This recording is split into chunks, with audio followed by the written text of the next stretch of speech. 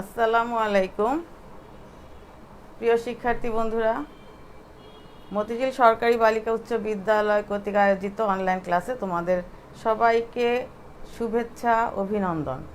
আশা করি বন্ধুরা সবাই ভালো আছো। আজকে আমরা চলো পাঠে চলে যাই। গত ক্লাসে আমরা আলোর প্রতিফলন শুরু করেছিলাম, তাই না?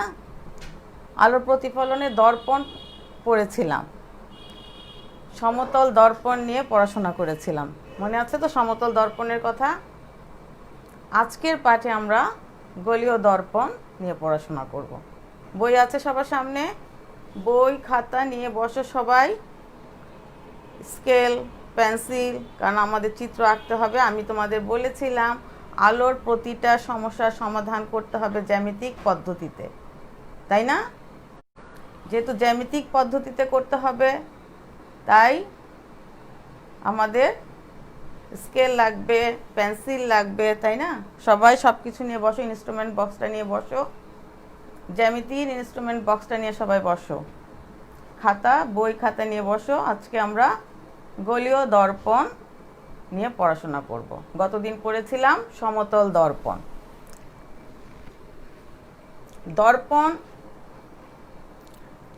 সমতল দর্পণে দেখেছিলাম প্রতিফলক পৃষ্ঠটা সমতল, তাই না? তাহলে গোলীয় দর্পণ কেমন হবে?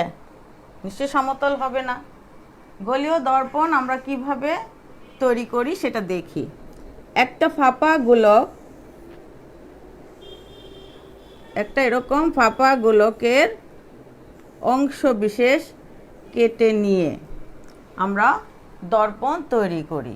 এই গোলীয় দর্পণ দুই প্রকার, তাই না? কি গোলীয় দর্পণ কয় প্রকার?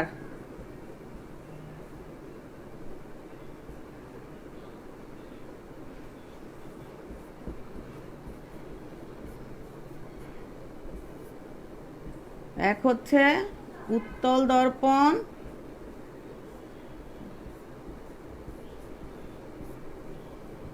দর্পণ আর দুই হচ্ছে অবতল দর্পণ,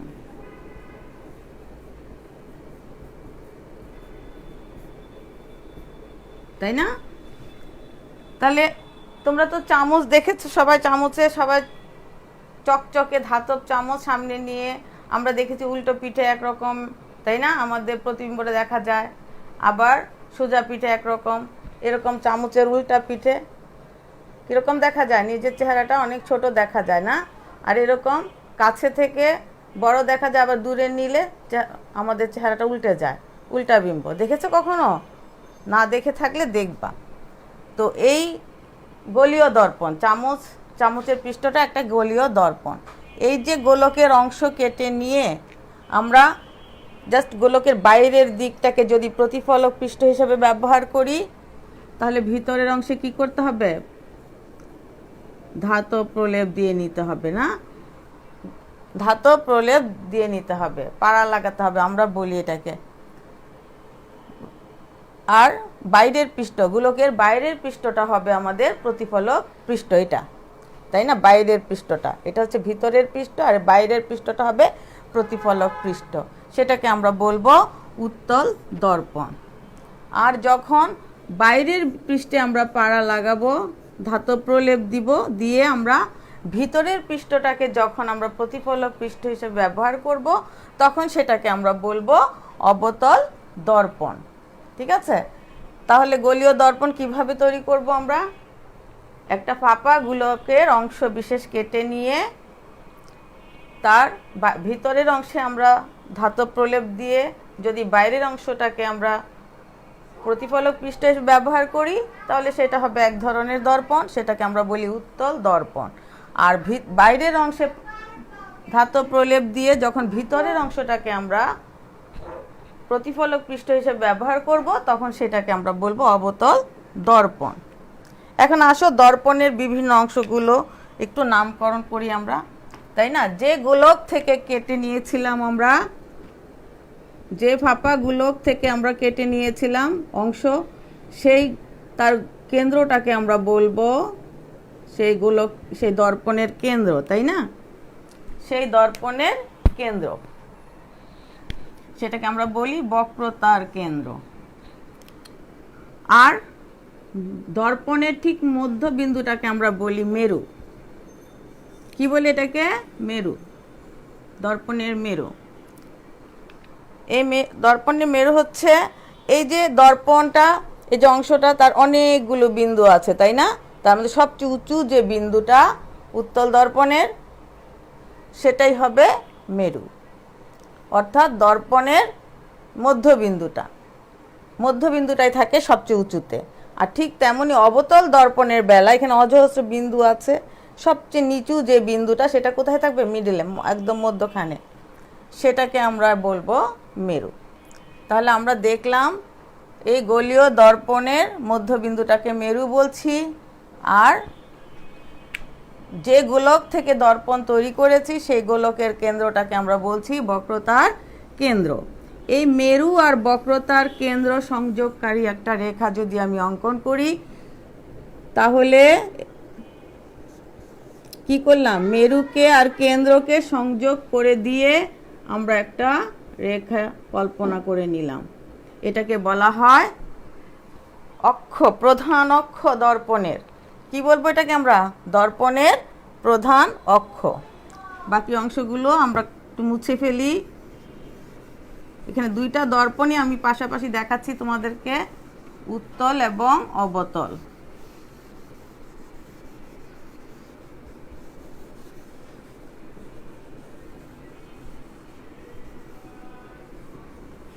উত্তল এবং অবতল দুইটা দর্পণই আমি তোমাদেরকে দেখাচ্ছি। তাহলে এই মেরু আর বক্রতার কেন্দ্র যোগ করে দিয়ে যে রেখাটা চলে যাচ্ছে সেটাকে আমরা বলি প্রধান অক্ষ, দর্পণের প্রধান অক্ষ। আর দর্পণের উপর যে কোনো বিন্দুর সাথে যখন আমরা এই কেন্দ্র যোগ করে দিব সেটাকে আমরা বলবো কি? গৌণ অক্ষ। এটা হচ্ছে মুখ্য অক্ষ আর এটা হচ্ছে গৌণ অক্ষ। ওসি কি? গৌণ অক্ষ। এটা আমাদের অবতল দর্পণ আর এটা হচ্ছে আমাদের উত্তল দর্পণ। তাহলে অক্ষ আমরা চিনে নিলাম। এবার আসো একটু আলাদা আলাদা করে চিত্রগুলো দেখাচ্ছি। আরেকটা যেটা দর্পণের ফোকাস বিন্দু, আমরা গোলীয় দর্পণকে ফোকাস দূরত্ব অনুসারে মানে এটার মান নির্ণয় করে থাকি তার ফোকাস দূরত্ব হিসাব করে। তো দেখি আমরা এখানে একটা উত্তল দর্পণ অঙ্কন করি আর এখানে একটা আমরা অবতল দর্পণ। চিত্র দেখা যাচ্ছে বন্ধুরা? জানাবা তোমরা দেখান আগে। তাহলে মেরু কেন্দ্র যোগ করে দিলাম, দিয়ে এটাকে এদিকে পিছনের দিকে বাড়ায় দেব। এখানে এদিকে হচ্ছে আমাদের প্রতিফলক পৃষ্ঠ, এটা হচ্ছে আমাদের উত্তল দর্পণ আর এটা হচ্ছে আমাদের অবতল দর্পণ।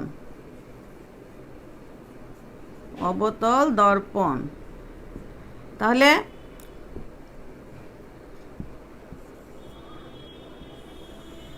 প্রধান অক্ষ, তাই না? এই প্রধান অক্ষের সমান্তরালে যদি একগুচ্ছ আলো আপতিত হয় দর্পণের উপর, দেখো দর্পণের উপর আপতিত হয়েছে একগুচ্ছ আলোক রশ্মি। আমি এখানে দুইটাই দেখাচ্ছি তোমাদের, একগুচ্ছ অনেক রশ্মি, কারণ অসংখ্য বিন্দু রয়েছে এখানে। একটা বস্তু থেকে অসংখ্য রশ্মি আসে, অসংখ্য বিন্দু আছে সেই বস্তুর উপর। তাহলে একগুচ্ছ আলোক রশ্মি যখন দর্পণে আপতিত হয়ে যদি প্রধান অক্ষের উপর কোনো বিন্দুতে এসে যখন মিলিত হয় প্রতিফলিত হয়ে, দেখেছো এটা প্রতিফলিত রশ্মি, এটা প্রতিফলিত রশ্মি। এই যে আপতিত রশ্মি আমরা একটু নাম দেই, A B C D, BE হচ্ছে প্রতিফলিত রশ্মি, ডিএফ হচ্ছে প্রতিফলিত রশ্মি। দেখেছো প্রধান অক্ষের উপর একটা বিন্দুতে এসে মিলে গেল, এটাকে আমরা বলি ফোকাস বিন্দু। কি বলি এটাকে? ফোকাস বিন্দু। এটা অবতল দর্পণে প্রধান অক্ষের উপর মিলবে, কিন্তু উত্তল দর্পণে কি সেটা হবে? উত্তল দর্পণে আমরা দেখতে পাচ্ছি, উত্তল দর্পণের বেলায় আমরা কি দেখতে পেলাম?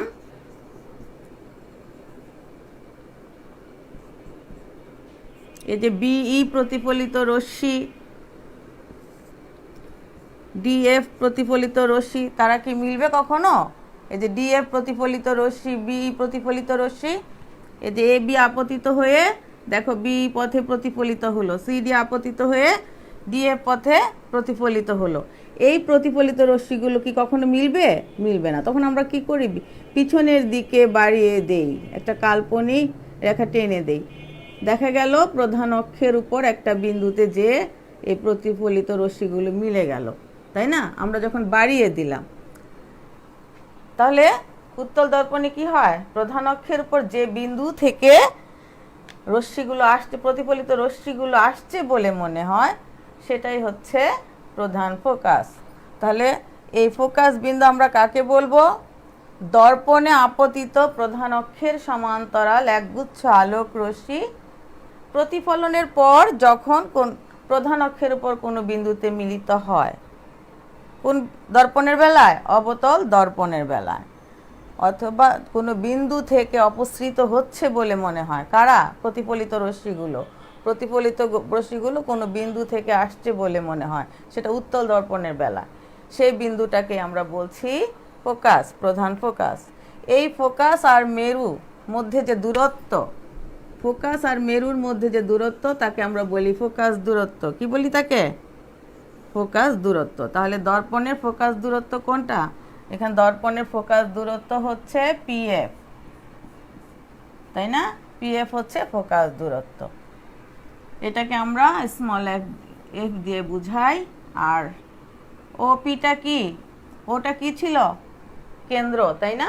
বক্রতার কেন্দ্র। যে বক্র, দেখো গোলীয় দর্পণ বক্র না, এই যে গোলক থেকে আমরা দর্পণ তৈরি করেছিলাম, সেই গোলকে ফাঁপা গোলক থেকে, সে ফাঁপা গোলকের কেন্দ্রটাকে আমরা বলছি বক্রতার কেন্দ্র। এই কেন্দ্রটা হচ্ছে পিও। এটাকে যদি আমরা স্মল আর দিয়ে বুঝাই, তাহলে বক্রতার ব্যাসার্ধ হচ্ছে আমাদের পিও, ব্যাসার্ধ গোলকের ব্যাসার্ধ, তাই না? পিও। এই যে গোলকের ব্যাসার্ধ, যেটাকে আমরা বক্রতার ব্যাসার্ধ বলছি, এটার সাথে এই যে পিএফ ফোকাস দূরত্ব, ফোকাস থেকে মেরু পর্যন্ত যে দূরত্ব দর্পণের, সেটাকে আমরা বলছি প্রধান ফোকাস দূরত্ব। এই ফোকাস দূরত্ব আর বক্রতার ব্যাসার্ধের মধ্যে একটা রিলেশন আছে, তাই না? সেটা কি? সেটা হচ্ছে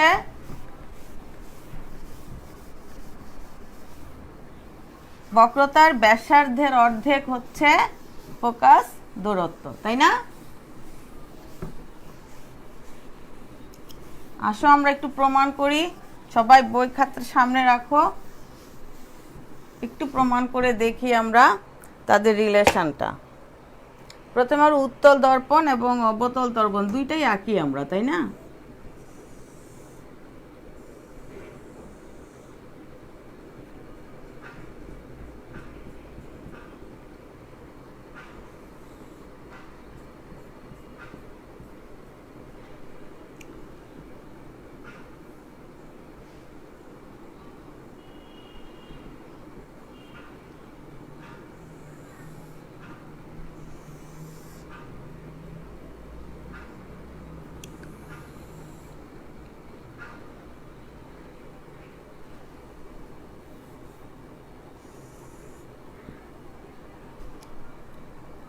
এটা প্রমাণ সাধারণত আমরা এই যে বক্রতার ব্যাসার্ধ,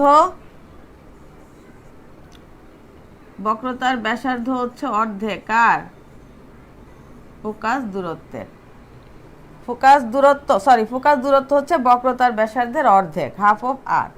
তাহলে এই যে প্রমাণটা, এই প্রমাণটা কিন্তু দর্পণে খুব সহজে করা যায় না। তবু এটাকে এই স্বতঃসিদ্ধ এই প্রমাণটা করার জন্য আমরা একটু একটু টেকনিক ব্যবহার করি, সেটা হচ্ছে যে আমরা যদি চিন্তা করে নেই যে যে রশ্মিটা আমাদের আপতিত হলো আলোক রশ্মি, সেই আপতন বিন্দুটা আর দর্পণের মেরু প্রায় অনেক কাছাকাছি যদি থাকে, তাহলে এটার প্রমাণ করা যায়, তাই না? সহজে এটাকে এভাবে সাধারণভাবে এটাকে প্রমাণ করা এত সহজ নয়। যেমন আমরা যদি বলি এই ফোকাস দূরত্বটা যদি অনেক বেশি হতো, তাহলে কি হতো? এই বক্রতা ধীরে ধীরে কি হয়ে যেত? স্ট্রেট লাইন হয়ে যেত, তাই না? তার মানে ফোকাস বাড়া মানে কি ব্যাসার্ধ তার দ্বিগুণ হারে বেড়ে যাওয়া। তো যখন অনেক বড় ব্যাসার্ধের একটা গোলক আমরা কল্পনা করি, তখন এই দর্পণের এটা কি বক্র থাকবে? কি হয়ে যাবে? প্রায় স্ট্রেট লাইন হয়ে যায়, তখন সেটা হয়ে যায় সমতল দর্পণ। তাহলে সমতল দর্পণের ফোকাস দূরত্ব কি হতে পারে একটু বলো তো? সমতল দর্পণের ফোকাস দূরত্ব হতে পারে অসীম, তাই না? তো এই ক্ষেত্রে আমাদের এই গোলীয় দর্পণে আমরা এই যে প্রমাণটা করার জন্য আমরা একটু টেকনিক ব্যবহার করি। আমরা সাধারণত ধরে নিই, কল্পনা করে নিই যে আমাদের এই দর্পণে যে আলোক রশ্মি আপতিত হচ্ছে, সে আপতন বিন্দুটা দর্পণের মেরুর খুব নিকটবর্তী। তো আমাদের অঙ্কনের প্রমাণের সুবিধার জন্য আমরা একটু দূরে আঁকি। আচ্ছা, মনে কর প্রধান অক্ষের সমান্তরালে আলোক রশ্মিটা আপতিত হলো। প্রধান অক্ষের সমান্তরালে আলোক রশ্মি আপতিত হলো। এই আপতন বিন্দুটাকে আমরা নাম দিই একটা, কি নাম দিব? আচ্ছা এম, আচ্ছা দিলাম আপতন বিন্দু। এখন দেখো এই যে বক্রতার কেন্দ্রের সাথে এম বিন্দুটাকে যদি আমি যোগ করে দেই, তাহলে এটা বক্রতার ব্যাসার্ধ না? কি এটা? এটা হচ্ছে বক্রতার ব্যাসার্ধ। এই বক্রতার ব্যাসার্ধ দর্পণের উপর লম্ব। এই ও এম বক্রতার ব্যাসার্ধটা কি দর্পণের উপর লম্ব, এগুলি তোমাদের জানতে হবে। এখন এই যে বললাম আমি দর্পণের উপর লম্ব বক্রতার ব্যাসার্ধটা, গোলীয় দর্পণের বক্রতার ব্যাসার্ধ হচ্ছে দর্পণের উপর লম্ব।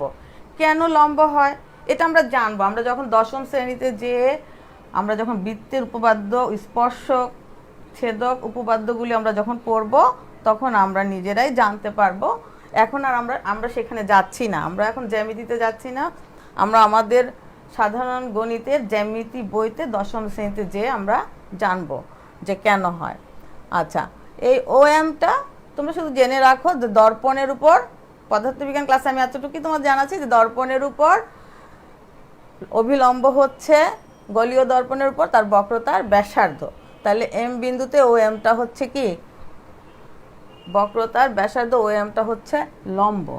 এখন এটাকে আমরা বাড়াই দিই, কারণ আমাদের বাইরের দিকটা হচ্ছে উত্তল দর্পণের বাইরের দিকটা হচ্ছে আমাদের, একটু লিখে দে, এটা উত্তল, মুছে ফেলেছিলাম আমি না, এটা উত্তল আর এটা অবতল পৃষ্ঠ, অবতল পৃষ্ঠ। এখন দেখো এটাকে আমি বাড়িয়ে দেই, একটু পিছনের দিকে বাড়ায় দিলাম।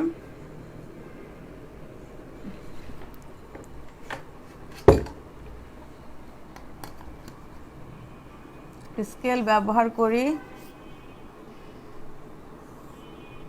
তাহলে কি হলো? এটা যদি লম্ব হয়ে থাকে তাহলে এটা কি?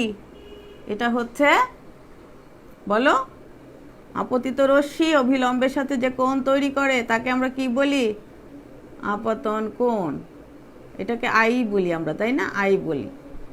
আচ্ছা, এখন এই আই এর সমান করে এম বিন্দুতে আমি একটা কোণ আঁকি। আই এর সমান করে এম বিন্দুতে কোণ আঁকলাম। আর কেন আঁকলাম বলো তো দেখি? যেহেতু আপতন কোণ আর প্রতিফলন কোণ সমান, তাই না? প্রতিফলনের নিয়ম অনুযায়ী সুষম প্রতিফলনের নিয়মে আমরা দেখেছি আপতন কোণ প্রতিফলন কোণ সমান। সেজন্য আমি আই এর সমান করে এম বিন্দুতে একটা কোণ এঁকে নিলাম। কেন? আমার প্রতিফলিত রশ্মিটা দরকার, তাই তো? হ্যাঁ, তাহলে আমি প্রতিফলিত রশ্মি পেয়ে গেলাম, তাই না? কি পেয়ে গেলাম? আচ্ছা, এম যদি আমার আপতিত রশ্মি হয়, তাহলে প্রতিফলিত রশ্মি হচ্ছে এম এন। প্রতিফলিত রশ্মিটা কি? M N. এই প্রতিফলিত রশ্মিকে যদি আমি, এটা তো দেখো এই রশ্মিটাকে আমি পিছনের দিকে বাড়িয়ে দিলাম, পিছনের দিকে বাড়িয়ে দিলাম। সে কি করলো? প্রধান অক্ষকে এসে একটা বিন্দুতে ছেদ করলো। প্রধান ফোকাসের সংজ্ঞা অনুযায়ী এই বিন্দুটা কি? আমরা প্রধান ফোকাসের সংজ্ঞা পড়েছি না একটু আগে, যে প্রধান অক্ষের সমান্তরালে আপতিত আলোক রশ্মি প্রতিফলনের পর প্রধান অক্ষের উপর যে বিন্দু থেকে অপসৃত হচ্ছে বা আসছে বলে মনে হচ্ছে, সেটাই হচ্ছে প্রধান ফোকাস, সেই বিন্দুটা। তাহলে মনে হচ্ছে না এই বিন্দু থেকে এই প্রতিফলিত রশ্মিটা আসতেছে বেরোয়? তাহলে এটা কি হবে? প্রধান ফোকাসের সংজ্ঞা অনুযায়ী এটাই হবে আমাদের প্রধান ফোকাস এফ, তাই না? এটা হচ্ছে উত্তল দর্পণে। এবার আমরা অবতল দর্পণেও দেখি। প্রধান অক্ষের সমান্তরাল এম রশ্মিটা এম বিন্দুতে আপতিত হয়েছে, তাই না? ও এম হচ্ছে বক্রতার ব্যাসার্ধ। তাহলে এটা কি কোণ তৈরি হলো? লম্ব যদি হয়, ও এম যদি দর্পণের উপর লম্ব হয়, তাহলে এটা হলো আপতন কোণ, তাই তো? এখন আমরা এখানেও আইয়ের সমান করে আর একটা কোণ এঁকে নেই। আইয়ের সমান করে কি করলাম? আর এঁকে নিলাম। তাহলে এটা প্রতিফলিত রশ্মি হবে না? এটা কি হবে? প্রতিফলিত রশ্মি। আপতন কোণের সমান করে আমি প্রতিফলন কোণ এঁকে নিলাম। তাহলে এম এনটা কি হবে আমাদের? প্রতিফলিত রশ্মি। এই প্রতিফলিত রশ্মি কি করেছে? প্রধান অক্ষকে এফ বিন্দুতে ছেদ করেছে। তাহলে এফটা হচ্ছে প্রধান ফোকাস, তাই না?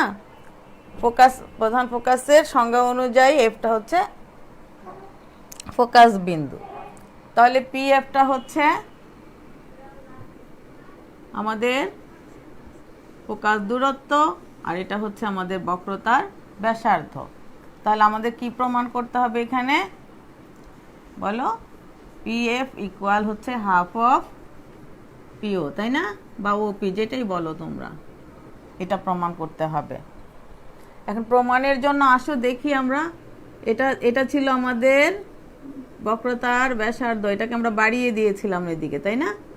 এখন দেখো এ এমটা এই প্রধান অক্ষের সাথে কি সমান্তরাল, প্রধান অক্ষের সাথে এম আপতিত রশ্মি সমান্তরাল, তাকে ছেদ করে গেছে কে? এই যে ও এম, ও এম এর বর্ধিত অংশটা, তাই না? ও এম এর বর্ধিত অংশটা ছেদ করে গেছে। তাহলে এই কোণটা আর এই কোণটা কি কোণ? অনুরূপ কোণ, তাই তো? এম আর এই প্রধান অক্ষ সমান্তরাল, তাহলে এই কোণের অনুরূপ কোণ হচ্ছে এই কোণ। আবার দেখো এই যে ও এম বক্রতার ব্যাসার্ধ, যেটাকে আমরা বর্ধিত করেছিলাম, তাকে ছেদ করে গেছে কে? এই প্রতিফলিত রশ্মি, তাই না? দেখো তাহলে এই কোণটা, এই কোণটা আর এই কোণটা কি? এই যে আমি বলছি এন এম, আচ্ছা নাম দিব কি এখানে? কিউ দেই, তাই না? এন এম কিউ, এই কোণটা দেখো ও এম এফ এর বিপরীত কোণ, বিপ্রতীপ কোণ দুইটা পরস্পর সমান। তাহলে এটা যদি আই হয় তাহলে এটাও আই, এটা যদি আর হয় তার বিপ্রতীপ কোণ এটাও আর। তাহলে আমরা এখানে একটা ত্রিভুজ দেখতে পেলাম। ঠিক তেমনি এখানেও ঠিক দেখো এ এম সমান্তরাল কার? প্রধান অক্ষের সমান্তরাল। দেখেছো? ও এম হচ্ছে তার ছেদক। তাহলে ও এম যদি ছেদক হয় তাহলে এ এম ও তার বিপ্রতীপ কোণ কি? এম ও এফ না? এটা হচ্ছে তার একান্তর কোণ। এ এম সমান্তরাল হচ্ছে প্রধান অক্ষের আর এম ও হচ্ছে তার ছেদক। তাহলে এ এম ও তার একান্তর কোণ হচ্ছে M O P. M O P এর একান্তর কোণ আই, এটাই ছিল আমাদের প্রতিফলন কোণ। আর এটা তো আমাদের আমরা প্রতিফলন কোণ তো এখানে এঁকেছি সমান করে, আপাতন কোণের সমান করে প্রতিফলন কোণ এঁকেছি আমরা। তাহলে এই কোণটা সমান, তাই না? এবার আমরা দেখি এখানে যে ত্রিভুজ তৈরি হলো এম ও এফ, এই যে ত্রিভুজ তৈরি হলো আমাদের এম ও এফ ত্রিভুজের কি পেলাম আমরা? কোণ সমান পেলাম ও এম এফ, কোণ সমান M O F, M O F. কোণ পেয়ে গেলাম আমরা, ও এম এফ কোণ সমান এম ও এফ কোণ, তাই না? আর সমান সমান কোণের বিপরীত বাহুগুলো কি? সমান সমান কোণের বিপরীত বাহুগুলো পরস্পর সমান। তাহলে আমরা দেখতে পাচ্ছি এই বাহুটা আর এই বাহুটা পরস্পর সমান, তাই না? এই বাহুটা আর এই বাহুটা পরস্পর সমান পেয়ে গেলাম আমরা। এখন আমাদের তো দরকার পিএফ। আমরা কি বলেছিলাম? এই আপাতন বিন্দুটা যদি মেরুর কাছাকাছি হয়, অর্থাৎ বক্রতার ব্যাসার্ধ থেকে যদি পি এম এমপি এই চাপটা খুব ছোট হয়, ক্ষুদ্র হয়, আর বক্রতার ব্যাসার্ধটা যদি আমাদের এখানে অনেক বেশি, দেখো এই বক্রতার ব্যাসার্ধ থেকে এটা যদি অনেক ছোট হতো, তাহলে এম বিন্দুটা কোথায় চলে আসতো? এখানে মেরুর কাছাকাছি। আমরা এটা প্রমাণ তখনই করতে পারবো আমাদের রশ্মি যে আপতিত হচ্ছে, এই আপতিত রশ্মির আপতন বিন্দুটা যদি মেরুর কাছাকাছি হয়, তার মানে আপতিত রশ্মিটা প্রধান অক্ষের খুব নিকটবর্তী হতে হবে, তাহলে এটা প্রমাণ সম্ভব হবে। তাহলে এই আপতন বিন্দুটা যদি পি বিন্দুর কাছাকাছি হয়, তাহলে আমরা বলতে পারি কি? আমরা প্রায় বলতে পারি এম এফ, এটাকে আমরা বলতে পারি প্রায় ইকুয়াল কার সমান? পি এফ এর, তাই না?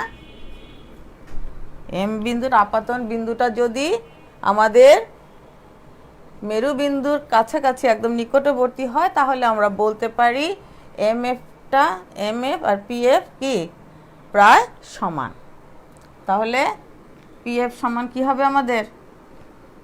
আমরা এখানে কি পেলাম? তাহলে পি এফ সমান, যেহেতু আমাদের এখানে আমরা পেয়েছি, এই প্রমাণ থেকে আমরা পেয়েছি যেহেতু এম এফ সমান ও এফ, তাই না? তাহলে আমরা এম এফ সমান পি এফ, তাই না? এখানে আমরা ওখানে বলছি প্রায় সমান, তাহলে পি এফ সমান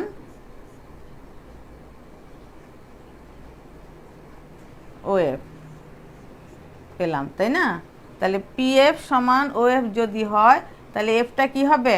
এফটা হবে ওপি এর মধ্যবিন্দু। এফটা হবে ওপি এর মধ্যবিন্দু, তাই না? এটা ওপি এর মধ্যবিন্দু। তাহলে আমরা এখান থেকে পেয়ে যাচ্ছি ফোকাস দূরত্ব। পিএফটা কি ছিল? ফোকাস দূরত্ব। এই এফ ইকুয়াল বল কি হবে এখানে? পি, আমি আরেকটু দেখাচ্ছি তোমাদেরকে, একটু ভেঙে দেখাচ্ছি। এখানে ওপি সমান হচ্ছে পিএফ প্লাস ওএফ, তাই না? PF plus OF, A R equals, তাহলে এ আর ইকুয়াল হচ্ছে, এটা হচ্ছে পিএফটা হচ্ছে এফ আমাদের, তাই না? এফ প্লাস ওএফ হতো প্রায়টা সমান, তাহলে এফ, তাহলে আর ইকুয়াল টুয়াইস এফ, তাই না? তাহলে আর ইকুয়ালটা আমরা কি পেয়ে যাচ্ছি? এটা যদি এফ হয়, এটাও এফ, তাহলে আর ইকুয়ালটা হয়ে যাচ্ছে 2f। তাহলে এফ ইকুয়াল টু হচ্ছে হাফ অফ আর। দেখেছো? প্রমাণ হয়ে গেল। এটা ভালো করে শিখবা, পরীক্ষায় আসতে পারে। দেখো তোমাদের বইতে স্পষ্ট করে প্রশ্ন আকারে দেয়া আছে তোমাদের উদাহরণে। তোমরা এই প্রমাণটা শিখবে, সেটা উত্তল দর্পণের জন্য শিখবে এবং অবতল দর্পণের জন্য শিখবে। তাহলে আমরা কি শিখলাম? আমরা দেখলাম যে গোলীয় দর্পণের ফোকাস দূরত্ব বক্রতার ব্যাসার্ধের অর্ধেক। আচ্ছা, এখন আমরা দেখি এই যে দর্পণে আলোক রশ্মি আপতিত হয়, আমরা প্রতিবিম্বের কথা পড়েছি, তাই না? আমরা সমতল দর্পণে বিম্ব দেখেছি অবাস্তব হয়েছে। অবাস্তব কি ছিল? অবাস্তব ছিল এবং সোজা। অবাস্তব প্রতিবিম্ব সবসময় সোজা হয়, অবাস্তব সোজা, আর লক্ষ্যবস্তুর আকার আর প্রতিবিম্বের আকার সমান ছিল। কিন্তু গোলীয় দর্পণে তো আর সেরকম হয় না, তাই না? এই যে দর্পণটা দেখতে পাচ্ছ উত্তল দর্পণ, এই উত্তল দর্পণে সর্বদাই অবাস্তব বিম্ব তৈরি হবে, কারণ আমরা দেখতে পাচ্ছি প্রতিফলিত রশ্মিগুলো কখনো মিলিত হবে না, তাই না? আমরা প্রতিফলিত রশ্মিগুলোকে কখনো মিলিত হতে দেখতে পাই, প্রকৃতভাবে তাদের মিলন হয় না। সেজন্য এই প্রতিফলিত রশ্মিগুলোকে আমরা ধরে নেই যে কোনো একটা বিন্দু থেকে সে আসছে। সেজন্য এইখানে সব সময় তৈরি হবে অবাস্তব প্রতিবিম্ব। আর অবাস্তব প্রতিবিম্ব সবসময় হয় সোজা। অবাস্তব প্রতিবিম্ব কখনো উল্টো হয় না, সবসময় সোজা হয়। তাহলে অবাস্তব প্রতিবিম্ব হবে, এখানে সবসময় অবাস্তব প্রতিবিম্ব হবে উত্তল দর্পণে এবং সেটা সোজা হবে। আর কি হবে, লক্ষ্য বস্তুর আকার থেকে তার আকার ছোট হবে, খর্বিত হবে, সর্বদাই খর্বিত হবে। তোমরা চামচের উল্টা পিঠে তোমাদের চেহারাটা দেখে নিতে পারো, তাহলে বুঝবে। আর এখানে অবতল দর্পণে প্রতিবিম্ব বাস্তব হতে পারে, অবাস্তব হতে পারে, কারণ এখানে দেখতে পাচ্ছ প্রতিফলিত রশ্মিগুলো একটা বিন্দুতে মিলবে দর্পণের সামনে, তাই না? দর্পণের সামনে যখন প্রতিফলিত রশ্মিগুলো কোনো বিন্দুতে মিলিত হয় তখন সেখানে বাস্তব বিম্ব তৈরি হয়। বাস্তব বিম্ব অলওয়েজ উল্টো হয়। চামচের সোজা দিকে চেহারা দেখো, কাছে থেকে সোজা লাগবে, চামচটাকে একটু দূরে সরিয়ে নিও, দেখবা চেহারাটা উল্টে যাচ্ছে। তাহলে দেখা যায় অবতল দর্পণে বাস্তব প্রতিবিম্ব হয়, অবাস্তব প্রতিবিম্বও হয়। বাস্তব হলে সেটা উল্টো হবে, আর অবাস্তব প্রতিবিম্ব হলে সেটা সোজা হবে। কখনো খর্বিত বিম্ব হয়, খর্বিত মানে ছোট। কখনো দেখা যায় বস্তুর আকারের চেয়ে বড় আকারের প্রতিবিম্ব তৈরি হয়, কখনো দেখা যায় বস্তুর আকারের সমান আকারের প্রতিবিম্ব তৈরি হয়। কোথায়? এই অবতল দর্পণে, মনে থাকবে। তাহলে অবতল দর্পণে এই যে ভিন্ন ভিন্ন প্রকারের প্রতিবিম্ব তৈরি হয় সেটা নির্ভর করে দর্পণ থেকে লক্ষ্য বস্তুটা কত দূরে, কোথায় আছে। তো আজকে এই যে আমরা প্রতিবিম্ব দেখব, প্রতিবিম্ব আঁকবো, তার জন্য আমাদের জানতে হবে যে দর্পণের উপর আপতিত রশ্মিগুলো কোন দিক দিয়ে আপতিত হলে সেটা কোন দিক দিয়ে প্রতিফলিত হবে, এটা তোমাদের সুস্পষ্টভাবে জানতে হবে। তোমরা দেখো বইতে ওইটা নোট করো, সবাই দাগিয়ে নাও। দেখো বইতে আছে, দেখো উত্তল এবং অবতল দুইটা দর্পণের বেলায়।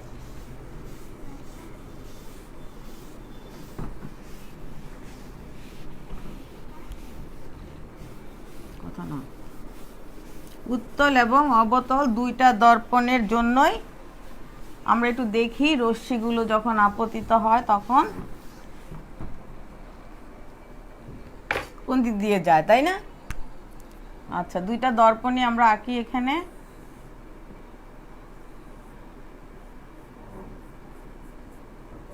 অবতল এবং উত্তল।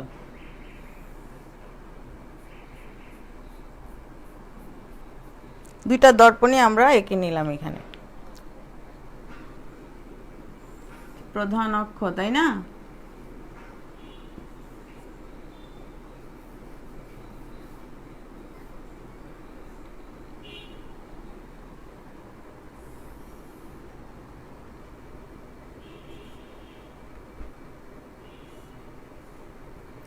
আমরা দেখেছি একটু আগে যে প্রধান অক্ষের সমান্তরাল যে রশ্মি আপতিত হয়, যে রশ্মি প্রধান অক্ষের সমান্তরালে আপতিত হবে, দেখি প্রতিফলনের পর সে কোন দিক দিয়ে যাবে, প্রধান ফোকাস দিয়ে যাবে, তাই না? বা প্রধান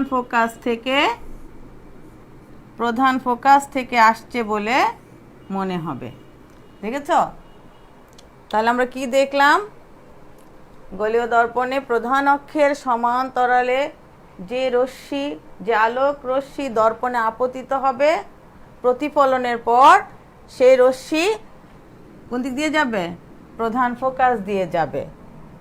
অথবা উত্তল দর্পণের বেলায় আমরা দেখব প্রধান ফোকাস থেকে আসছে বলে, দেখো প্রতিফলিত রশ্মিটা কোথা থেকে আসছে বলে মনে হচ্ছে, প্রধান ফোকাস থেকে আসছে বলে মনে হচ্ছে। দেখেছ? তাহলে এই একটা নিয়ম তোমাদের জানা থাকতে হবে। অথবা যদি আলোক রশ্মিটা প্রধান ফোকাস দিয়ে আপতিত হয়, কোন দিক দিয়ে, প্রধান ফোকাস দিয়ে যদি আলোক রশ্মি আপতিত হয়, প্রতিফলনের পর সেই রশ্মি ফিরে যাবে কোন পথে, প্রধান অক্ষের সমান্তরালে। যদি প্রধান ফোকাস বরাবর আলোক রশ্মি আপতিত হয় তাহলে আপতিত আলোক রশ্মি ফিরে যাবে কিভাবে, প্রধান অক্ষের সমান্তরালে। দেখেছ? তার মানে প্রধান অক্ষের সমান্তরালে আপতিত আলোক রশ্মি প্রতিফলনের পর প্রধান ফোকাস দিয়ে যাবে, অথবা প্রধান ফোকাস থেকে প্রতিফলিত রশ্মিটা আসছে বলে মনে হবে। আর যদি প্রধান ফোকাস বরাবর সেটা আপতিত হয় তাহলে প্রতিফলনের পর কোন দিক দিয়ে যাবে? প্রধান অক্ষের সমান্তরালে যাবে। আর যদি আলোক রশ্মি বক্রতার ব্যাসার্ধ বরাবর আপতিত হয়, অর্থাৎ বক্রতার ব্যাসার্ধ কি বলেছিলাম দর্পণের উপর লম্ব, তাই না? যদি এই যে বক্রতার ব্যাসার্ধ বরাবর যদি আপতিত হয়, সে ফিরে আসবে সেই পথে, তাই না? সেই পথে আলোক রশ্মি ফিরে আসবে।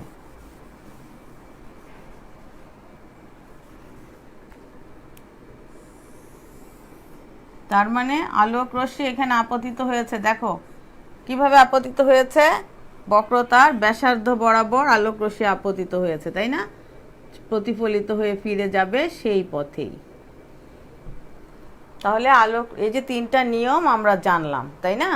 এক হচ্ছে আলোক রশ্মি যদি প্রধান অক্ষের সমান্তরালে দর্পণে আপতিত হয়, প্রতিফলনের পর প্রধান ফোকাস দিয়ে যাবে। প্রধান ফোকাস বরাবর আপতিত আলোক রশ্মি প্রধান অক্ষের সমান্তরালে প্রতিফলিত হবে।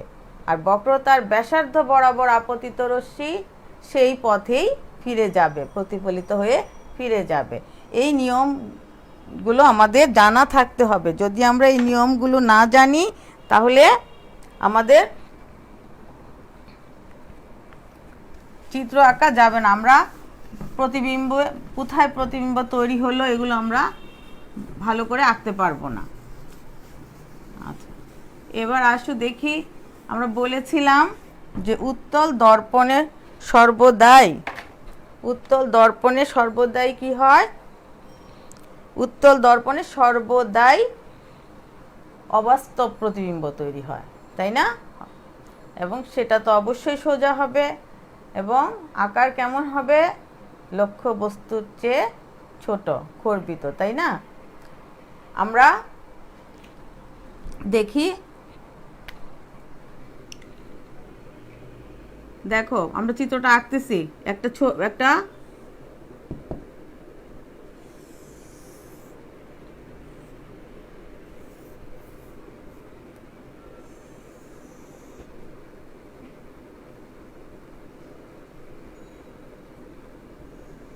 আমরা উত্তল দর্পণটা এঁকে নিচ্ছি।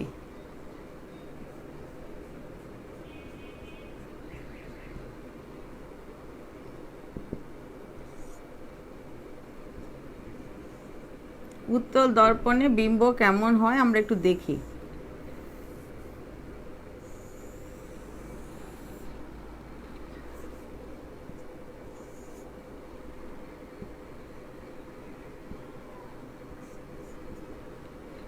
প্রধান অক্ষের উপর একটা লক্ষ্যবস্তু আছে, আমরা দেখি, তার নাম দেই আমরা, মনে করো এই প্রধান অক্ষের উপর লম্বভাবে দাঁড়িয়ে আছে একজন দর্শক। এটা হচ্ছে তার মাথা আর এটা হচ্ছে তার পা। কোথায় আছে? প্রধান অক্ষের উপর। এখন এখান থেকে যদি বি বিন্দু থেকে যদি আলোক রশ্মি আপতিত হয় দর্পণে পি বিন্দুতে, তাই না? মেরু তো মধ্যবিন্দু এখানে, তাহলে ফিরে যাবে সেই পথেই, তাই না?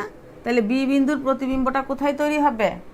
বি বিন্দুর প্রতিবিম্ব তৈরি হবে প্রধান অক্ষের উপরেই।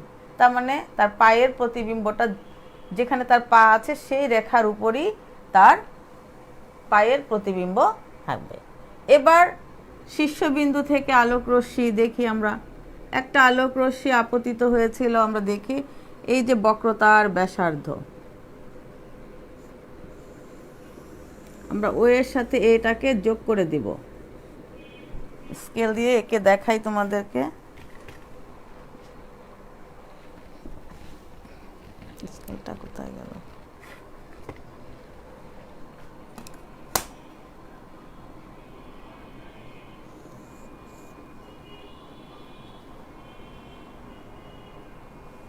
এই বিন্দুর সাথে আমরা বক্রতার ব্যাসার্ধটাকে একটু যোগ করি। চিত্রগুলি আঁকতে হবে খুব বুদ্ধি করে,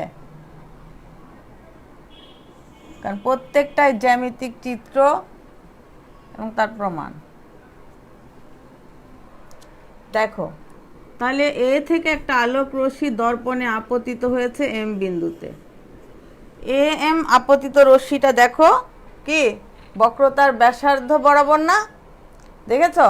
বক্রতার ব্যাসার্ধ বরাবর আপতিত হয়েছিল দর্পণের উপর এম বিন্দুতে।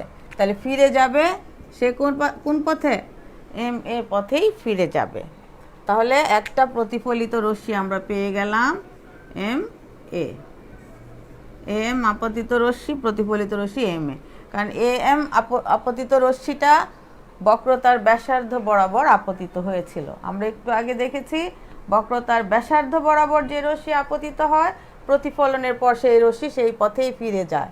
তাহলে এ এম রশ্মি, তাহলে প্রতিফলিত রশ্মি হবে এম এ। এবার আমরা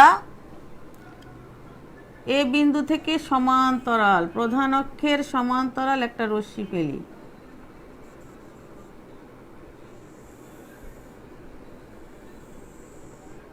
প্রধান অক্ষের সমান্তরাল, প্রধান অক্ষের সমান্তরাল রশ্মি কি বলেছিলাম একটু আগে? প্রধান অক্ষের সমান্তরাল যে রশ্মি সেটা কি হবে, কি বলেছিলাম? প্রতিফলিত রশ্মিটা মনে হবে, দেখি আমরা একটু প্রতিফলিত রশ্মিটাকে এঁকে দেখাই।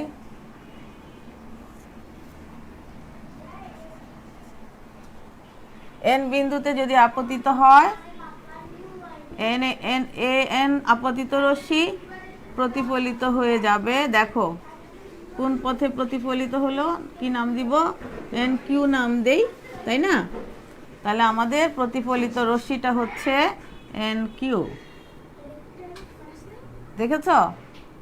তাহলে একটা প্রতিফলিত রশ্মি হচ্ছে আমাদের এম এ, আর একটা প্রতিফলিত রশ্মি হচ্ছে আমাদের এম কিউ।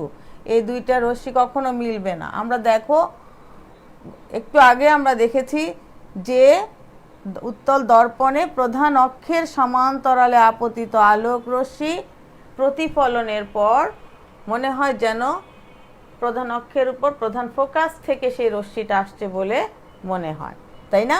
তাহলে এফ থেকে রশ্মিটা আসছে বলে মনে হচ্ছে না, প্রধান ফোকাস থেকে। তাহলে আমরা কি করব? আমরা এই যে প্রতিফলিত রশ্মি এন কিউ, তাকে আমরা বাড়িয়ে দিব পিছনের দিকে, তাই না? সে তো চলে যাচ্ছে ফোকাস দিয়ে, প্রধান ফোকাস, মনে হচ্ছে প্রধান ফোকাস থেকে রশ্মিটা আসছে। এবার দেখো এই যে প্রতিফলিত এন কিউ এর বর্ধিত অংশ আর দেখো এম এর বর্ধিত অংশ পরস্পর এখানে ছেদ করলো না, তাহলে এটা কার বিম্ব হবে? এর বিম্ব, এ প্রাইম, তাই না? এ বিন্দুর বিম্ব। তাহলে আমরা দুইটা প্রতিফলিত রশ্মি যে বিন্দুতে মিলবে, এ থেকে আপতিত আলোক রশ্মি প্রতিফলিত হয়ে গেলে সেই প্রতিফলিত রশ্মিগুলো যে বিন্দুতে মিলিত হয় বা যে বিন্দু থেকে আসছে বলে মনে হয়, এখানে তো মিলিত হয় নাই, কি হয়েছে? দর্পণের পিছনে মনে হচ্ছে এ প্রাইম বিন্দু থেকে প্রতিফলিত রশ্মিগুলো আসছে। তাহলে এ প্রাইমটা হবে এ বিন্দুর একটা অবাস্তব বিম্ব। এখন এ থেকে আমরা দেখো একটা লম্ব টেনে দিলাম প্রধান অক্ষের উপর, সেটা কি করলো? বি প্রাইম বিন্দুতে ছেদ করলো।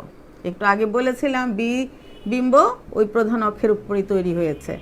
তাহলে এ বি এর বিম্ব তৈরি হলো এ প্রাইম বি প্রাইম বিম্ব। এটা কি ছোট না বড়? ছোট, খর্বিত, দেখেছ? তাহলে আমরা কি দেখতে পেলাম? উত্তল দর্পণে সর্বদাই অবাস্তব বিম্ব তৈরি হবে। দেখো দর্পণের পিছনে তৈরি হয়েছে। কোথায় তৈরি হয়েছে বিম্বটা? মেরু আর ফোকাসের মাঝামাঝিতে। কোথায় তৈরি হয়েছে? মেরু আর ফোকাসের মাঝামাঝিতে তৈরি হয়েছে। এই লক্ষ্য বস্তুটা দর্পণ থেকে যত দূরে যাবে প্রতিবিম্বটা তত ফোকাস বিন্দুর কাছাকাছি তৈরি হবে এবং সেটার আকার তত ছোট হতে থাকবে। তার মানে আমরা দেখলাম এই যে উত্তল দর্পণে যে প্রতিবিম্ব সৃষ্টি হয়, সেই প্রতিবিম্বের বৈশিষ্ট্য কি হবে? প্রতিবিম্বের বৈশিষ্ট্য হবে অবাস্তব, সোজা এবং আকার হবে খর্বিত। দর্পণ থেকে লক্ষ্যবস্তুটা যত দূরে সরে যাবে ততই তার আকার ছোট হতে থাকবে, আর প্রতিবিম্ব ততই কোথায় যাবে? ফোকাসের দিকে সরে যাবে, ফোকাস বিন্দুর দিকে সরে যাবে। এই হচ্ছে উত্তল দর্পণে সৃষ্ট প্রতিবিম্বের বৈশিষ্ট্য। আমরা আগামী ক্লাসে ইনশাল্লাহ দেব অবতল দর্পণে যে বিম্ব তৈরি হয় সেটা বস্তু কোথায় থাকলে কি রকম বিম্ব, তার প্রকৃতি, আকৃতি, অবস্থান কোথায়, সেটা আমরা আগামী ক্লাসে ইনশাল্লাহ দেখে নিব। তাহলে আজকে এ পর্যন্তই থাক। আল্লাহ হাফেজ। আমরা আগামী ক্লাসে অবতল দর্পণে সৃষ্ট বিম্বের বৈশিষ্ট্য জানব। আল্লাহ হাফেজ।